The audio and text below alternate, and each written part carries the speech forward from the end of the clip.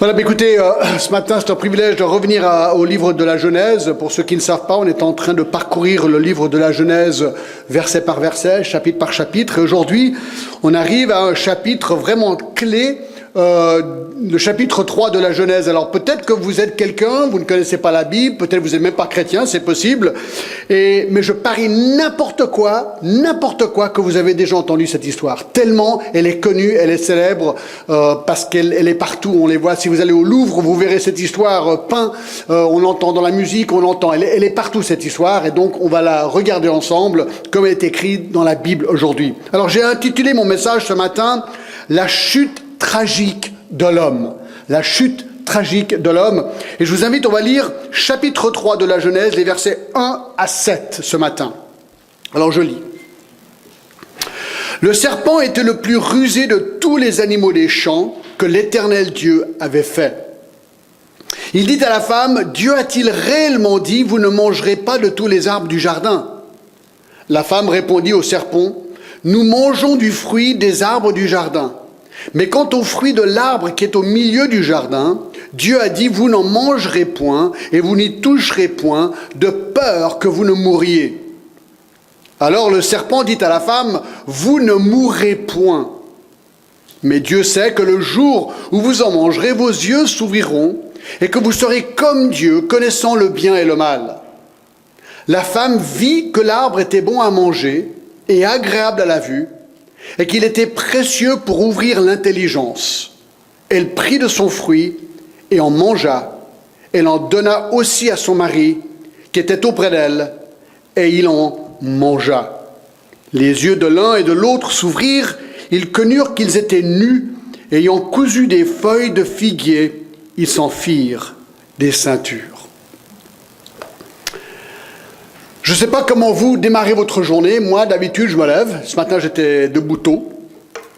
Et j'allume mon ordinateur. Et il y a les nouvelles qui défilent. Et voici le premier truc que j'ai lu ce matin. Double attaque à la bombe à Istanbul, hier. 29 morts, 126 blessés. Vous avez vu cette pub déjà, cette annonce, cette information ce matin? Une voiture piégée et un attentat suicide. Et c'est vrai que je me suis posé la question, mais pourquoi est-ce que les hommes se font tellement de mal? Et ensuite, j'ai regardé sur Google News, la guerre en Syrie. Des innocents qui se font massacrer. Pourquoi une telle guerre? Daesh. Pourquoi une telle cruauté?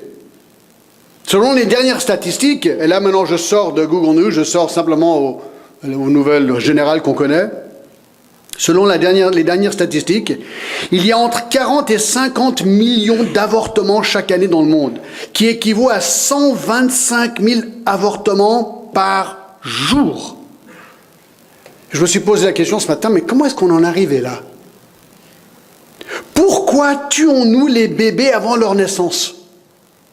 Quand même dingue. Pourquoi y a-t-il tant de déviance sexuelle dans le monde? La débauche, la prostitution, les viols, et j'en passe. Pourquoi est-ce que c'est tellement difficile pour les gens de réaliser que le mariage monogame et l'établissement de familles solides sont ce qui est de loin le mieux pour une société? Pourquoi est-ce qu'on n'arrive pas à comprendre ça? Pourquoi encore les gens sont-ils tellement intoxiqués aujourd'hui par l'argent, par le pouvoir, par l'orgueil?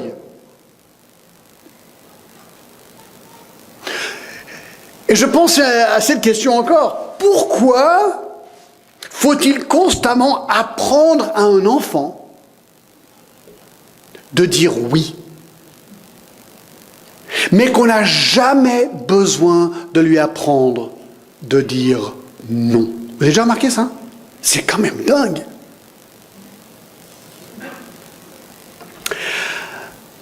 Alors j'aimerais vous donner la réponse à toutes ces questions ce matin. Ces choses sont vraies parce que nous avons, et je dis bien nous avons tous attrapé une maladie. Et cette maladie s'appelle le péché ou le mal. C'est intéressant, David, le roi David, a écrit un psaume et il a dit ceci, dans le psaume 51, c'est formidable, écoutez ce qu'il dit.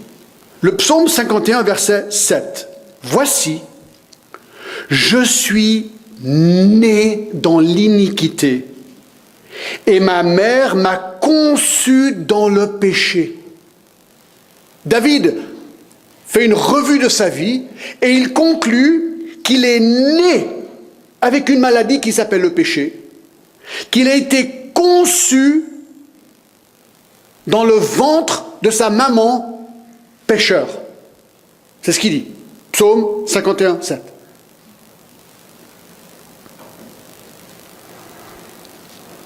Voici, mes amis, le problème fondamental de l'homme. Et ce problème, on le voit autour de nous constamment. Constamment, constamment, constamment. Alors, question, mais pourquoi? D'où vient ce mal? D'où vient ce mal inné en nous? Eh bien, c'est exactement ce que nous allons voir ce matin. Car Genèse 1 et 2, que nous avons déjà parcouru ensemble, nous voyons, c'est vraiment on voit le début de tout, où Dieu crée le monde, Dieu crée les animaux, Dieu crée l'homme, et dans Genèse 1 et le verset 31, il est dit ceci, 1, 31, Dieu vit que tout ce qu'il avait fait, et voici, cela était très bon. Très bon. Puis à partir du chapitre 3, tout change. Le monde est plongé dans le péché, avec des conséquences que nous ressentons très fortement encore aujourd'hui. Donc aujourd'hui, nous allons découvrir, mes amis, pourquoi le cœur de l'homme est tellement noir.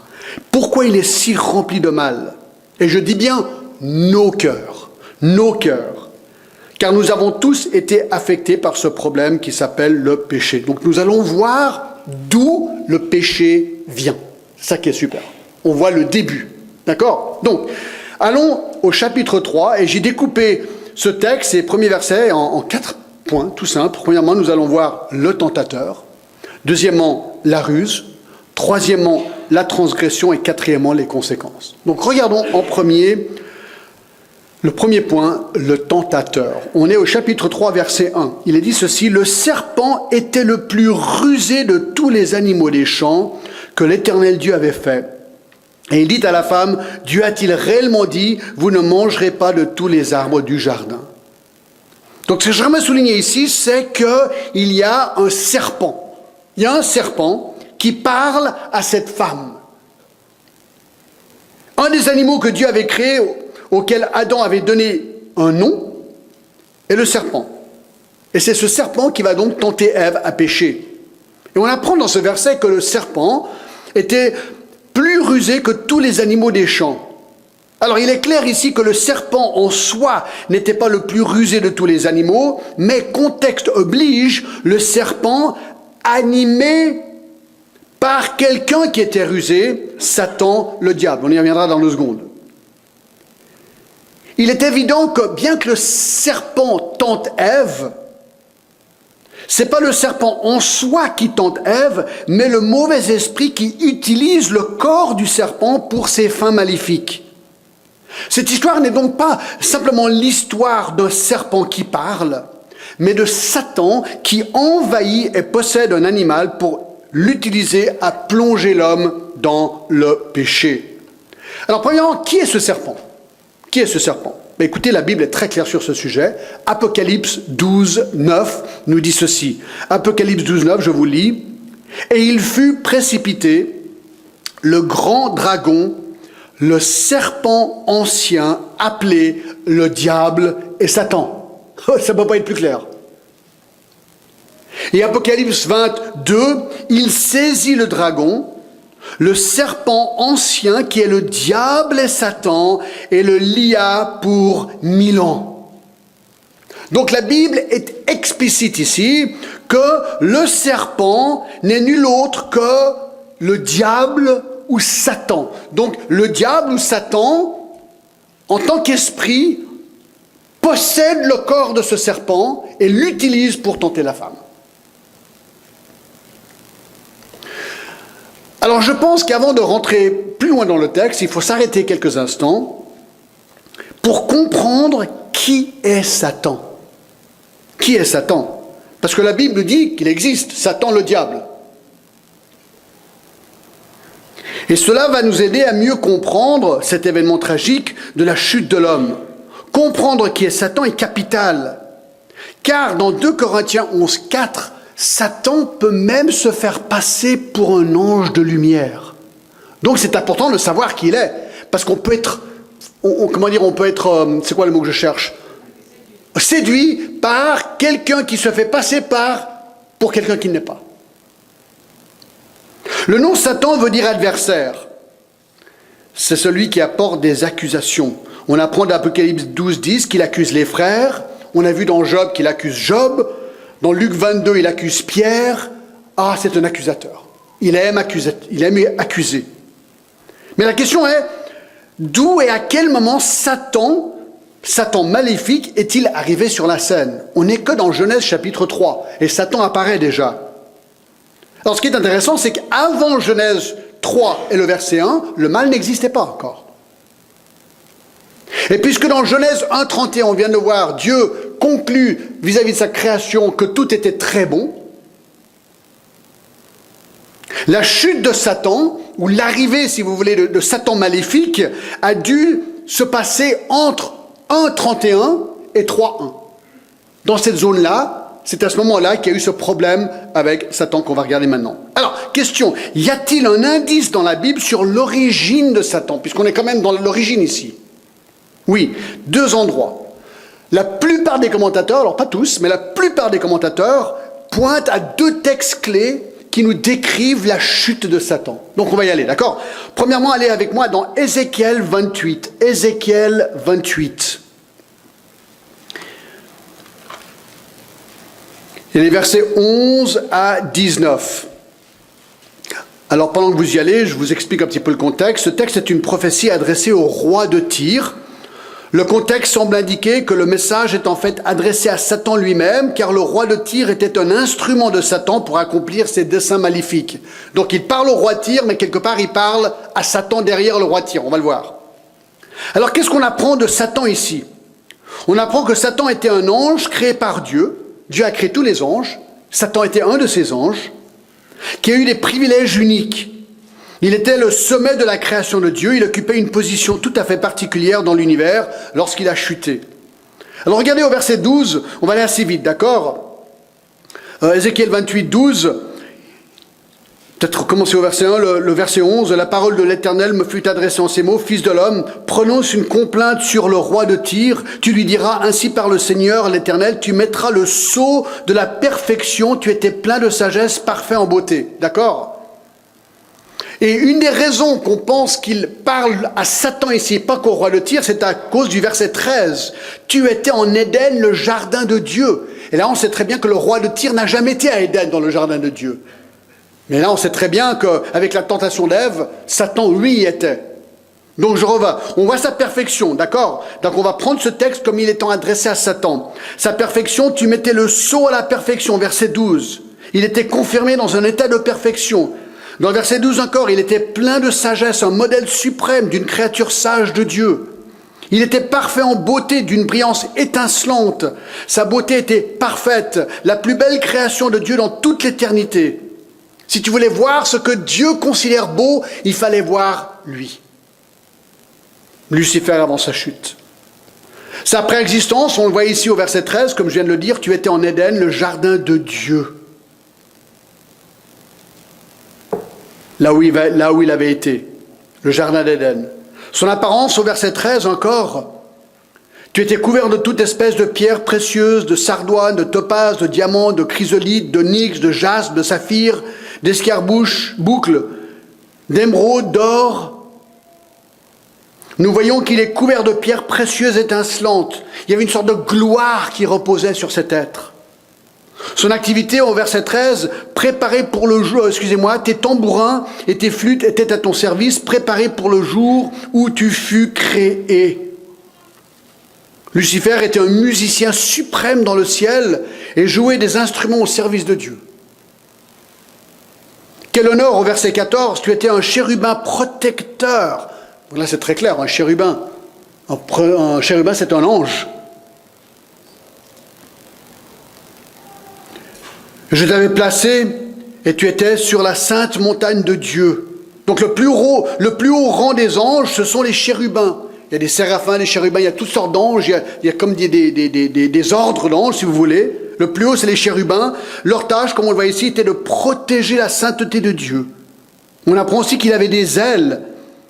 Tu étais un chérubin protecteur aux ailes déployées, qui veut dire qu'il pouvait voler. Je t'avais placé et tu étais sur la sainte montagne de Dieu. Il avait une place d'honneur du fait qu'il avait été placé par Dieu sur cette sainte montagne, apparemment à côté du trône céleste de Dieu lui-même. Lucifer avait un accès comme nul autre auprès de Dieu. Tu marchais au milieu des pierres étincelantes. Il avait accès à la gloire même de Dieu. Et regardez au verset 15 ce qui se passe. Tu étais intègre dans tes voies depuis le jour où tu fus créé, jusqu'à celui où l'iniquité a été trouvée chez toi. Donc on apprend ici qu'il a été créé. Lucifer n'a pas les mêmes pouvoirs que Dieu, même s'il a des pouvoirs impressionnants. C'est vrai que parfois on a l'impression que Satan il est partout, il n'est pas partout. Il y a des démons, ils ont un immense pouvoir, mais ils ne sont pas partout. Il n'est pas omniscient, il n'est pas omnipotent, il n'est pas omniprésent. Il est une créature de Dieu. Il était, nous apprenons ici, intègre dans ses voies. Mais un jour, on apprend encore dans le verset 15, l'iniquité a été trouvée chez lui. Sans expliquer comment cela est arrivé, à un moment donné, le péché est trouvé en lui. Le seul indice que nous avons dans ce texte est au verset 17. Ton cœur s'est élevé à cause de ta beauté et tu as corrompu ta sagesse par ton éclat. Orgueil. Il s'est regardé et s'est dit waouh. Et là, à ce moment-là, l'orgueil l'aurait pris. Son influence, au verset 16. Par la grandeur de son commerce, tu as été rempli de violence, tu as péché, je te précipite de la montagne de Dieu, je te fais disparaître, chérubin protecteur, du milieu des pierres étincelantes. Le mot pour commerce pourrait bien se référer sur l'influence qu'il avait eue sur les autres anges. Quand Lucifer a chuté, Apocalypse 12 nous dit, verset 9, « Et il fut précipité, le grand dragon, le serpent ancien, appelé le diable et Satan, celui qui séduit toute la terre, il fut précipité sur la terre, et ses anges furent précipités avec lui. »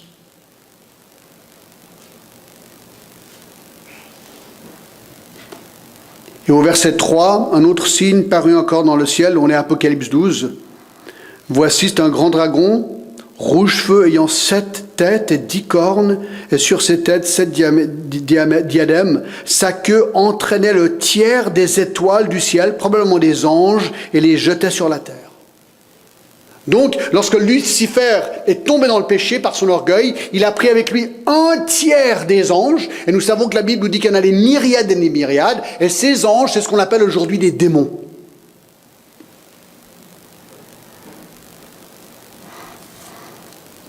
Donc, grande influence. Et son jugement, à partir du verset 16 encore, « Je te précipite de la montagne de Dieu, je te fais disparaître, chérubin protecteur, du milieu des pierres étincelantes. » Donc, il est chassé de la présence de Dieu. Il prend avec lui un tiers des anges, selon Apocalypse 12.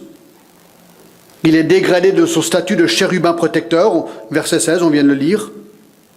Verset 17, ton cœur s'est élevé à cause de ta beauté, tu as corrompu ta sagesse par ton éclat, je te jette par terre, je te livre un spectacle au roi. Il est chassé du domaine du ciel et il est chassé au domaine de la terre. Donc il commence à avoir son influence sur l'homme, il est sur terre. Et son premier acte de tentation vis-à-vis de l'homme, c'est Ève, ça on va le voir dans quelques instants. Par la multitude, verset 18, de tes iniquités, par l'injustice de ton commerce, tu as profané tes sanctuaires. Je fais sortir du milieu de toi un feu qui te dévore, et je te réduis en cendres sur la terre aux yeux de tous ceux qui te gardent. Tous ceux qui te connaissent parmi les peuples sont dans la stupeur à cause de toi. Tu es réduit à rien, tu ne seras plus jamais. On a l'impression que quand il est chassé de la présence de Dieu, même les anges sont bouche bée. Bouche bée. Allez avec moi maintenant dans Ésaïe 14, deuxième texte. Regardez, Ésaïe 14, on comprend mieux la nature de son péché. Là, on vient de voir comment il a été chassé du ciel, mais à partir du verset 5 d'Ésaïe 14, et surtout à partir du verset 12, on voit mieux la nature de ce péché. Donc comme dans Ézéchiel 28, ici le prophète Ésaïe annonce une prophétie contre le roi de Babylone. De nouveau, la première partie de la prophétie concerne le roi physique, les versets 1 à 11, mais la deuxième partie, les versets 12 à 17, semble s'adresser à la force maléfique derrière le roi, Satan lui-même. Alors le verset 12 situe le passage et nous montre ce qui s'est passé avec Lucifer et la nature de son péché qui l'a précipité dans une chute étonnante. Regardez le verset 12. « Te voilà tombé du ciel, astre brillant. » Astre brillant, c'est Lucifer. C'est le mot Lucifer ici. Peut-être certains de vous avez Lucifer dans votre Bible, ou une petite étoile qui le dit. « Fils de l'aurore, tu es abattu à terre, toi le vainqueur des nations. » Donc ce verset, déjà, il nous apprend plusieurs choses. Son nom, astre brillant, lorsque l'Ancien Testament fut traduit de l'hébreu au latin, les traducteurs ont traduit le mot hébreu avec Lucifer, qui veut dire astre brillant. Sa gloire était le ciel, on apprend dans ce verset, tu vois la tombée du ciel. Sa demeure avait été le ciel, la présence de Dieu. Sa chute, il est tombé, te voilà tombé du ciel. Ce qui confirme le récit d'Ézéchiel 28 qui dit que tu fus précipité de la montagne de Dieu, donc chassé de sa présence, qu'il était dégradé de son statut de chérubin protecteur, qu'il était chassé au domaine de la terre. Et on apprend que c'est sa demeure actuelle. Tu es abattu à terre, toi le vainqueur des nations. C'est intéressant, dans 1 Jean 4,4, il est dit que plus grand est celui qui est en nous que celui qui est dans le monde. Donc oui, Satan est dans le monde, il fait beaucoup de dégâts avec ses démons, mais plus grand est celui qui est en nous, Jésus-Christ, que celui qui est dans le monde. C'est pour ça que les chrétiens peuvent être attaqués par Satan, mais plus grand est celui qui est en nous que celui qui est dans le monde. On est protégé à cause de Christ. Mais on peut être attaqué. Pierre a été attaqué, Job a été attaqué. On peut être attaqué. 1 Jean 5,19 nous dit que le monde entier est sous la puissance du malin. Et c'est vrai, regardez autour de nous, regardez Google News ou les autres journaux que vous lisez. On le voit tous les jours. C'est le chaos. C'est vraiment le chaos. Et 2 Corinthiens 4,4 appelle Satan le Dieu de ce siècle. Voyez-vous, il était chassé du ciel, sur terre, c'est le Dieu de ce siècle. Et il entraîne le monde. Ben là, il y a plein de versets qui me viennent à la tête, mais je n'ai pas le temps. Parce qu'on a quand même voir aussi Genèse, d'accord. Mais écoutez, Ephésiens 2, vous étiez morts par vos offenses, par vos péchés, dans lesquels vous marchiez autrefois selon le train de ce monde, selon le prince de la puissance de l'air, c'est Satan, de l'esprit qui agit maintenant dans les fils de la rébellion. Nous tous aussi, nous étions de leur nombre, et nous vivions autrefois selon les convoitises de notre chair, accomplissant la volonté de la chair et de nos pensées, et nous étions par nature des enfants de la colère comme les autres. Voilà la réalité du monde. Nous sommes sur un train, si vous voulez, et ce train, il fonce, mené par Satan. Et la seule solution, là je vais beaucoup trop vite, mais c'est la suite. Mais Dieu, Ephésiens 2,4, qui est riche en miséricorde à cause de son grand amour qui nous a aimés, nous qui étions morts par nos offenses, nous a rendus vivants avec Christ. Jésus-Christ est la clé, mes amis. Mais là, on va beaucoup trop vite. Donc il était en sa gloire, on revient à Ésaïe 14, il tombe. Sa demeure actuelle est ici, est son péché. C'était quoi son péché au fin fond? On le voit ici au verset 13, 14 et 15. Ésaïe 14 nous donne un visuel du cœur même de Lucifer et de ses mobiles qui l'ont poussé à se rebeller contre Dieu. En fait, la réponse simple, c'est l'orgueil. C'est l'orgueil. Mais si on regarde les versets 13 à 15 ou à 14, on voit son orgueil dériver en points très clairs. 5 fois, Lucifer dit « je ». Voilà ce que je veux. Regardez, au verset 13, il disait dans ton cœur « je monterai au ciel ». Il avait déjà plein accès au ciel de la présence de Dieu. Apparemment, il est en train de dire, je ne suis pas satisfait. Je ne veux pas juste être à côté de Dieu, je veux être Dieu. Je vais être le plus haut de plus haut. 2. J'élèverai mon trône au-dessus des étoiles de Dieu. C'est ce qu'il dit. J'élèverai mon trône au-dessus des étoiles de Dieu. Probablement parlant des anges, des étoiles de Dieu. Donc il veut que son trône soit plus haut que tout cela.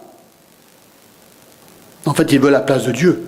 Il veut avoir l'autorité finale sur tous les anges. 3. Je m'assiérai sur la montagne de l'assemblée à l'extrémité du septentrion. La phrase montagne de l'assemblée semble décrire l'endroit d'où règne Dieu. Voilà ce que veut Lucifer. Il veut régner à la place de Dieu. 4. Je monterai sur le sommet des nus, dit-il. Les nus sont sans doute une description de la gloire de Dieu. Voilà ce qu'il veut. Il veut que la gloire qui est rendue à Dieu lui soit rendue à lui-même. 5. Je serai, regardez là, ça ne peut pas être plus clair, je serai semblable au très haut. Et voilà.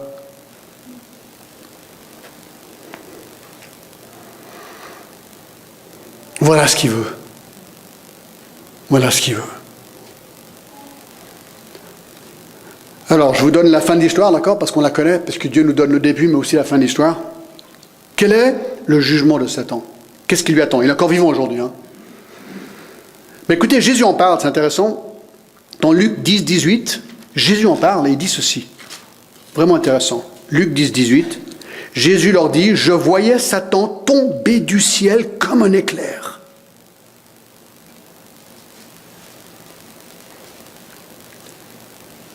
Donc, est-ce que Jésus est en train de parler du fait qu'il voit Satan tomber du ciel, être jugé sur le monde? Probablement. Mais ça continue. Si on retourne dans Ésaïe, regardez. Ésaïe 14, on voit son jugement. Au verset 12, il est banni du ciel, on l'avait déjà vu. Il est abattu sur terre, verset 12 encore.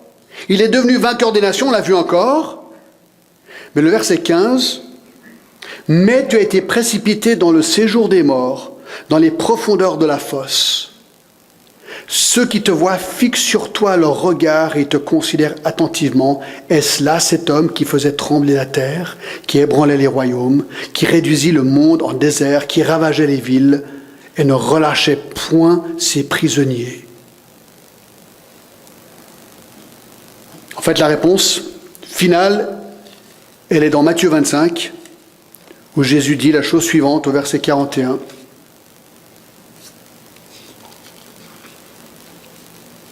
Ensuite, il dira à ceux qui sont à sa gauche, « Retirez-vous de moi, maudits, écoutez bien, allez dans le feu éternel qui a été préparé pour le diable et pour ses anges. » L'enfer, peut-être vous y croyez pas, mais la Bible dit que c'est un lieu réel. L'enfer, à l'origine, a été créé pour Satan. Pour Satan et pour ses démons. Et on sait qu'à la fin d'Apocalypse, donc le dernier livre de la Bible, verset 10, et le diable, Apocalypse 20, 10, qui les séduisit, fut jeté dans l'étang de feu et de soufre, où sont la bête et le faux prophète. Ils seront tourmentés jour et nuit au siècle des siècles. Ouf, ouf. On voit qu'il y a une fin. Il y a une fin de cette histoire. Alors avec ça, mes amis, retournons à Genèse 3. Genèse 3.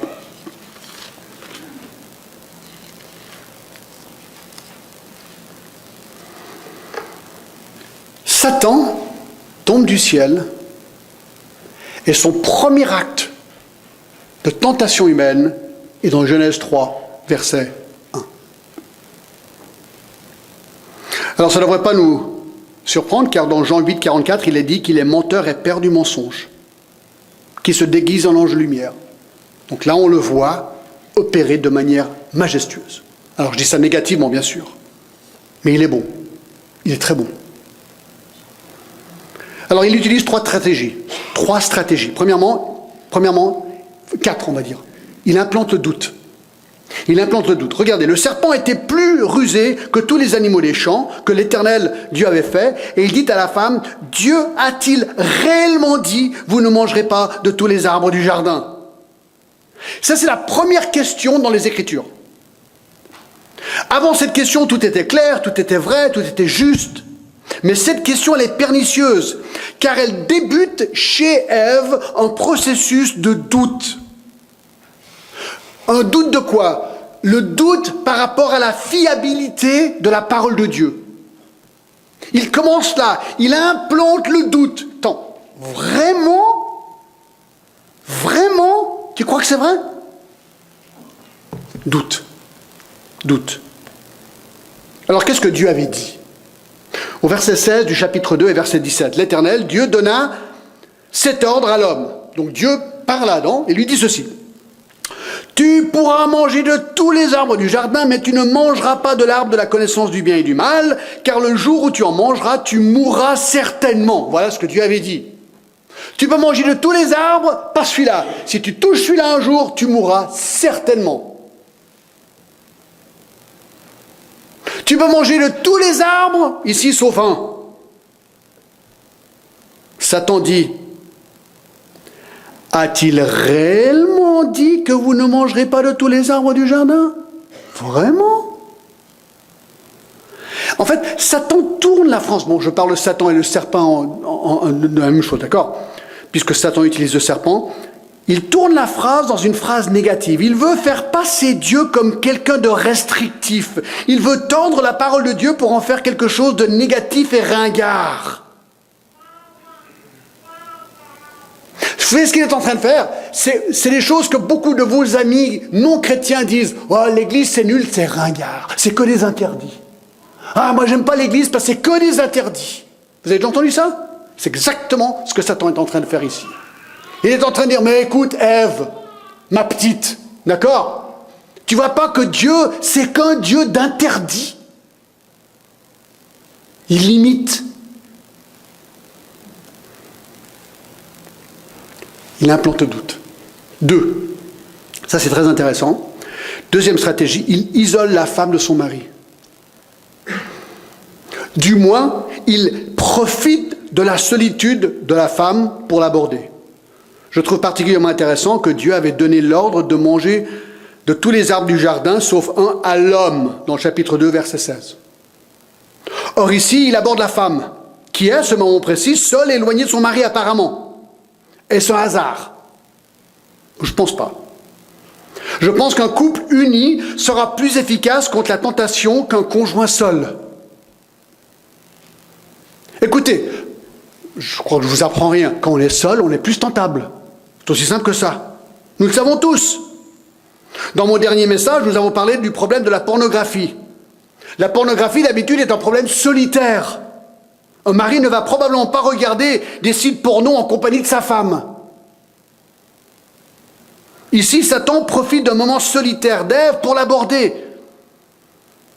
Mais elle aurait dû mieux se défendre. Après tout, elle connaissait Dieu parfaitement, elle connaissait le caractère de Dieu parfaitement, et dans sa réplique au verset 2 et 3, elle confirme qu'elle connaissait le commandement de Dieu parfaitement. Si Dieu a donné le commandement à Adam, il l'a répercuté parfaitement à Ève. Elle connaissait le commandement.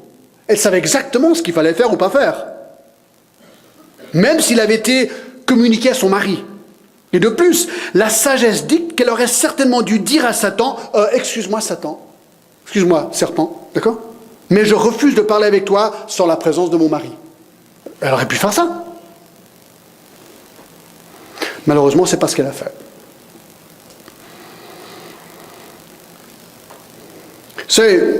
Les témoins de Jéhovah, ils sont malins aussi. Ils frappent chez vous. C'est l'habitude la journée lorsque... Bon, d'origine, c'était comme ça. À l'époque, c'est les maris qui allaient travailler, les femmes travaillaient... ils travaillaient à la maison avec les enfants, d'accord? C'était un travail, attention. Aujourd'hui, ça, c'est un peu ringard, d'accord? Mais ils sont malins parce qu'ils frappent la journée, peut-être quand le mari n'est pas là. Est-ce que ça, c'est un hasard? Moi, je ne pense pas que c'est un hasard. Moi, je ne pense pas que c'est un hasard.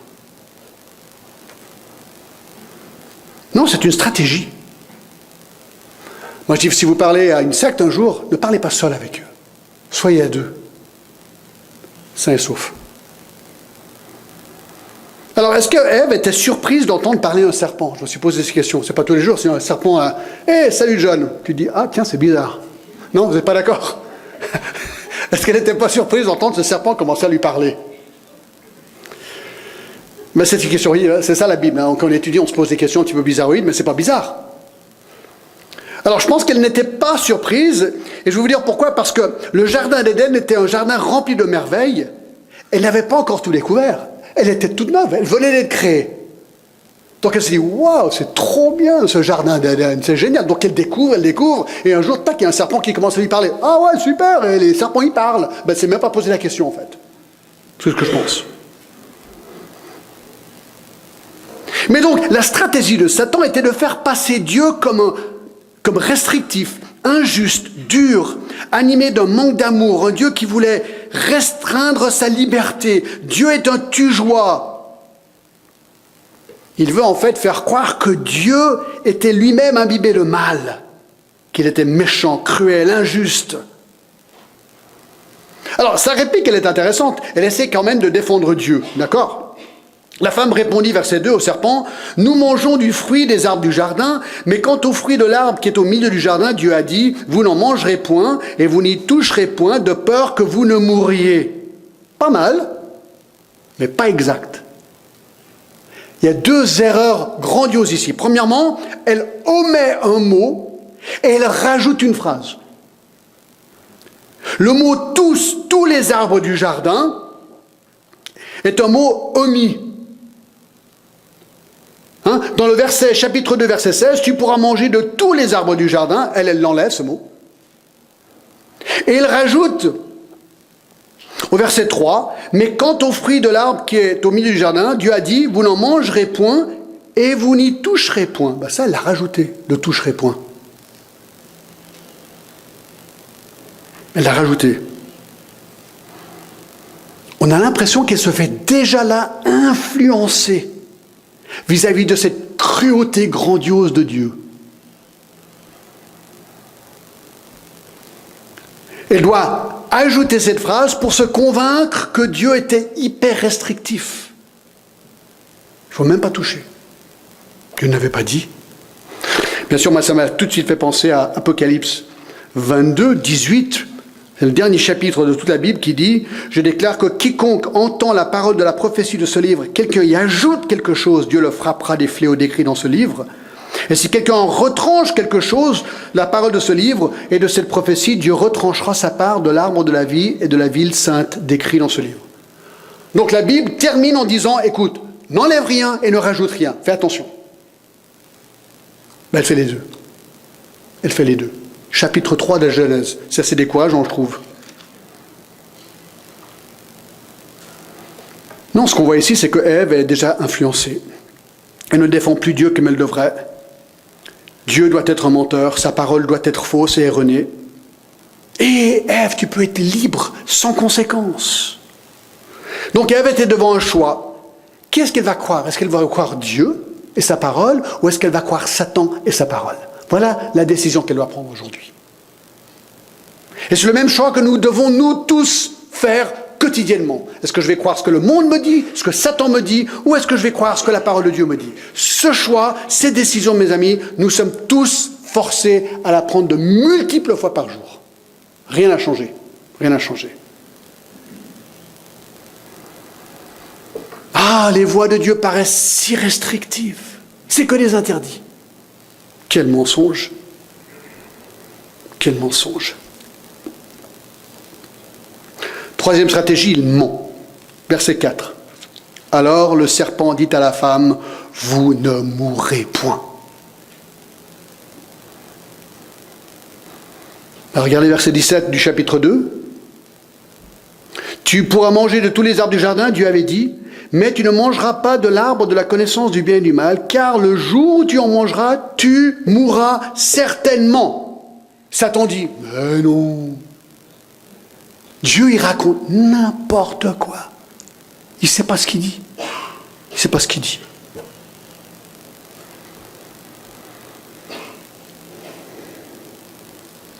Dieu avait dit qu'une éventuelle transgression contre son commandement résulterait dans la mort.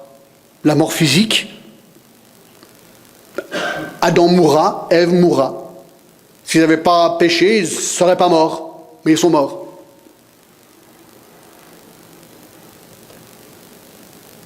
Et à partir du moment où cette transgression a eu lieu, la sentence de la mort deviendrait opérationnelle en eux. Le vieillissement de leur corps Comment serait le jour où leur vie, de ce jour-là jusqu'au jour où il y aurait arrêt de leur vie? Un jour, leur cœur s'arrêterait de battre, leurs poumons arrêteraient de se remplir d'air, le cerveau arrêterait de fonctionner, la mort était certaine. C'est ce que Dieu avait décrété. Mais il y avait aussi une mort spirituelle. On verra tout à l'heure, enfin pas aujourd'hui, mais on verra plus tard qu'une des conséquences de ce péché, c'est qu'ils ont été chassés du jardin d'Éden, chassés de la présence de Dieu. Ils ont eu honte.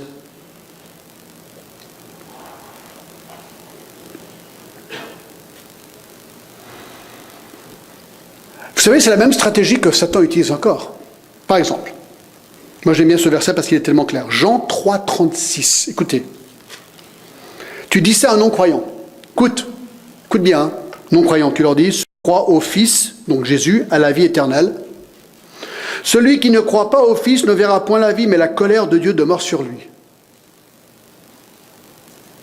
Si tu ne viens pas à Jésus-Christ, tu vas mourir dans ton péché, la colère de Dieu sera sur toi, et tu n'auras pas la vie éternelle. Mais tu racontes n'importe quoi! C'est n'importe quoi! Moi, j'ai un ami à moi, une fois, j'ai raconté ça, j'ai annoncé l'évangile, mais je ne peux même pas vous dire dans les mots qu'il m'a dit, mais il m'a dit ceci: John, j'en ai rien à faire de la vie éternelle. Voilà ce qu'il m'a dit. Mais il n'a pas utilisé ces mots-là. Il a dit, mais tu racontes des bobards, tu racontes n'importe quoi, John. Ben oui, il avait complètement gobé le message du monde. C'est le choix. C'est le choix que chacun a. Qui a raison? Dieu ou Satan?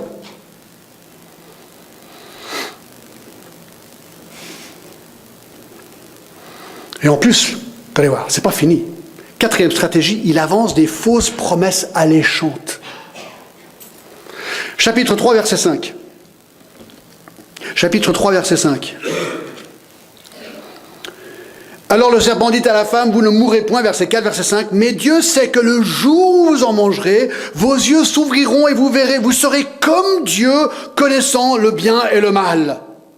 Impliquant, c'est super! C'est super! Vous serez comme Dieu, vous allez connaître le bien et le mal, vos yeux seront ouverts, c'est génial, non? Fausse promesse alléchante. Alors, quelle est la nature de cette fausse promesse ou de ces fausses promesses alléchantes? Selon le serpent, la menace de mort n'était qu'une tactique de la part de Dieu pour garder Adam et Ève dans une position d'infériorité par rapport à Dieu. Dieu veut te contrarier, t'abaisser. Dieu était un Dieu jaloux qui ne voulait pas que Adam et Ève montent trop haut. Le serpent dit, regarde ce qui t'attend, Ève, franchement.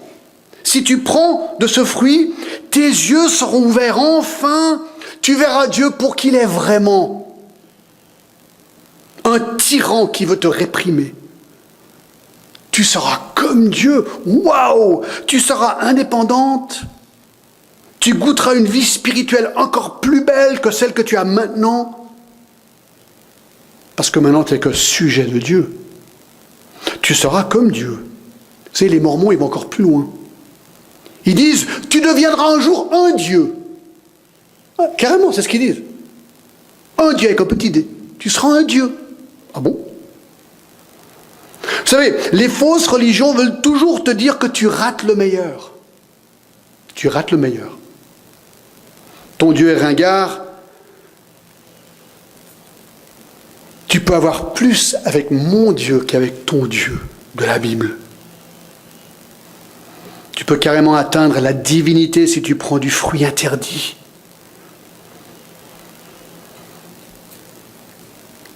Et vous connaîtrez le bien et le mal, c'est ce qu'il lui dit, tu connaîtras le bien et le mal.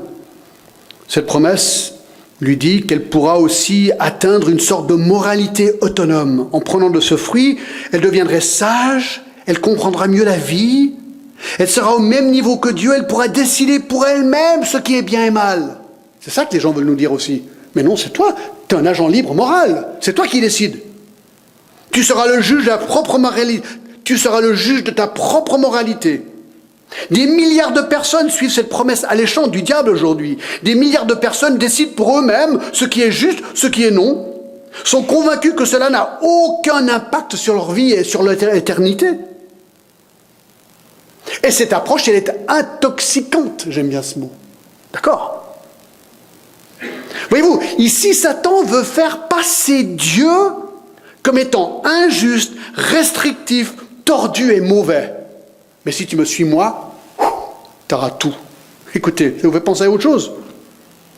Satan a même essayé ça contre le Fils de Dieu, Jésus-Christ. Vous vous rappelez, dans Matthieu 4, Jésus étant emmené par l'Esprit dans le désert pour être tenté par le diable. Après avoir jeûné 40 jours et 40 nuits, il eut faim. Le tentateur s'étant approché lui dit, si tu es le Fils de Dieu, ordonne que ces pierres deviennent des pains. Jésus lui répondit, il est écrit, l'homme ne vivra pas de pain seulement, mais de toute parole qui sort de la bouche de Dieu. Donc il était en train de jeûner, il le tente à vouloir rompre son jeûne.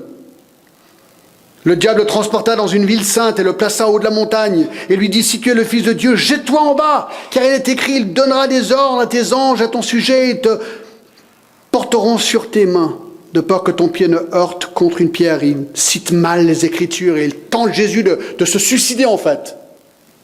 Mais le plus gros, quelque part, c'est celui-ci. Au verset 7, Jésus lui dit, il est aussi écrit, tu ne tenteras point le Seigneur ton Dieu. Le diable le transporta encore sur une montagne très élevée, lui montra tous les royaumes du monde et leur gloire, et il leur dit, je te donnerai toutes ces choses si tu te prosternes et m'adores. Et Jésus lui dit, retire-toi, Satan, car il est écrit, tu adoreras le Seigneur ton Dieu et tu le serviras lui seul. Vous savez ce qu'il lui promet? Le monde. Suis-moi, tu auras le monde.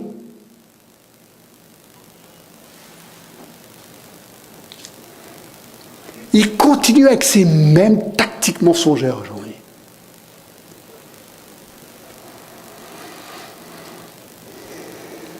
Malheureusement, Ève gobe le tout. 3. La transgression. On a presque fini. Verset 6. La femme vit que l'arbre était bon à manger et agréable à la vue, qu'il était précieux pour ouvrir l'intelligence. Elle prit de son fruit, en mangea, et en donna aussi à son mari, qui était auprès d'elle. Il en mangea. C'est intéressant, le serpent disparaît ici, Satan disparaît. Au verset 6, on n'a que les pensées d'Ève. Très intéressant.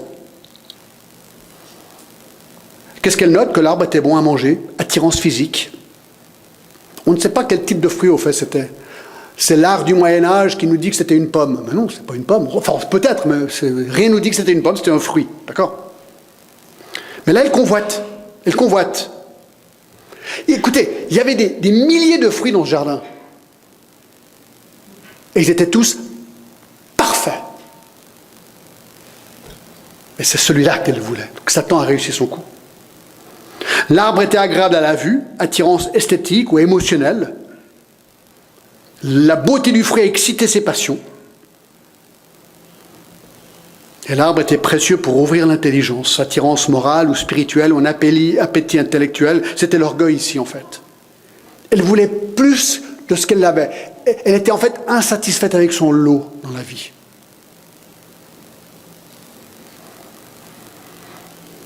Elle venait de mordre l'hameçon. Elle venait de mordre l'hameçon. N'aimez point le monde, ni tout ce qui est dans le monde, car tout ce qui est dans le monde, la convoitise de la chair, la convoitise des yeux et l'orgueil de la vie ne vient point du Père, mais du monde.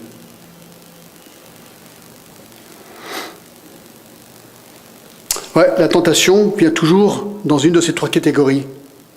Les yeux, l'appétit, l'orgueil. Et elle venait de mordre l'hameçon.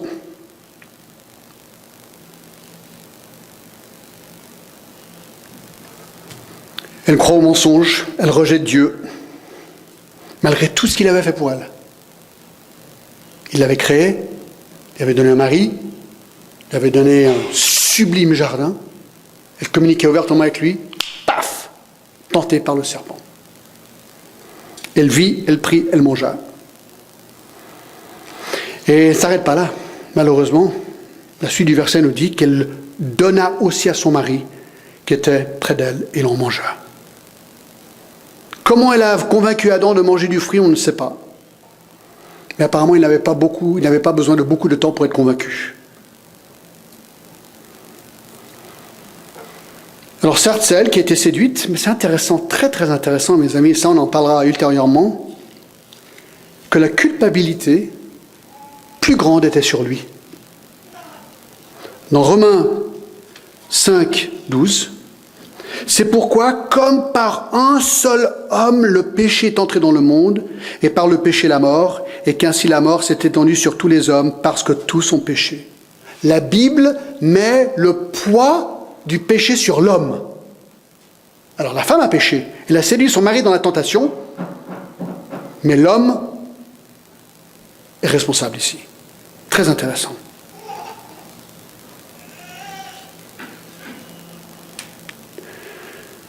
Donc les deux mangent, les deux pêchent. Ça mène au quatrième point, les conséquences. Les conséquences. Pouf, il y en a tellement. Il y en a tellement. Et elles sont listées, une après l'autre. Malheureusement, nous n'avons pas le temps de les examiner aujourd'hui. Alors il faudra venir dimanche prochain. On va regarder les conséquences. Allez, je sais que vous voulez au moins en connaître une. Je vous la montre, regardez le verset 7. Les yeux de l'un et de l'autre s'ouvrirent et ils connurent qu'ils étaient nus. Première conséquence, honte par rapport à leur nudité. Bizarre. Bizarre comme première conséquence, vous ne trouvez pas? La nudité. Pourquoi la nudité? Pourquoi cette conséquence-là? Alors ils cousurent des feuilles de figuier et en firent des ceintures. Non mais ça vous paraît pas un petit peu étrange ça? Ben si oui, revenez dimanche prochain, on va examiner tout ça. C'est tellement intéressant la Bible. C'est tellement intéressant.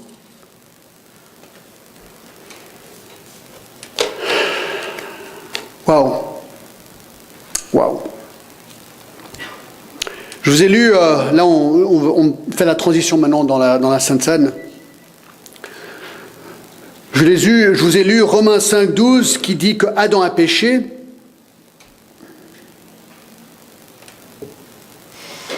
Écoutez le verset 18 de Romains 5. Ainsi donc, comme par une seule offense, la condamnation a atteint tous les hommes, de même, ça c'est l'espoir, de même par un seul acte de justice, la justification qui donne la vie s'étend à tous les hommes. Et le contexte, c'est Jésus-Christ. Oui, Adam et Ève nous ont plongés dans le péché. Jésus-Christ nous délivre du péché. Amen. Amen. Le sang de Jésus-Christ, quelque part a aboli cette malédiction sur nous, pour que nous puissions de nouveau retrouver cette communion limpide et ouverte avec Dieu, être réconciliés avec lui.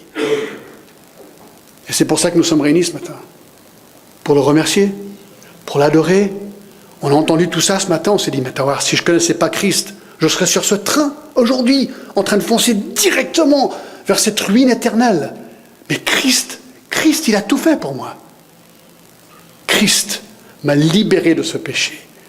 Et en fait, c'est intéressant que Jésus nous a confié de faire une cérémonie régulièrement, la Sainte Seine. On va manger un bout de pain et on va boire une petite coupe de vin pour nous rappeler ce que Christ a fait pour nous. Il a donné sa vie innocente pour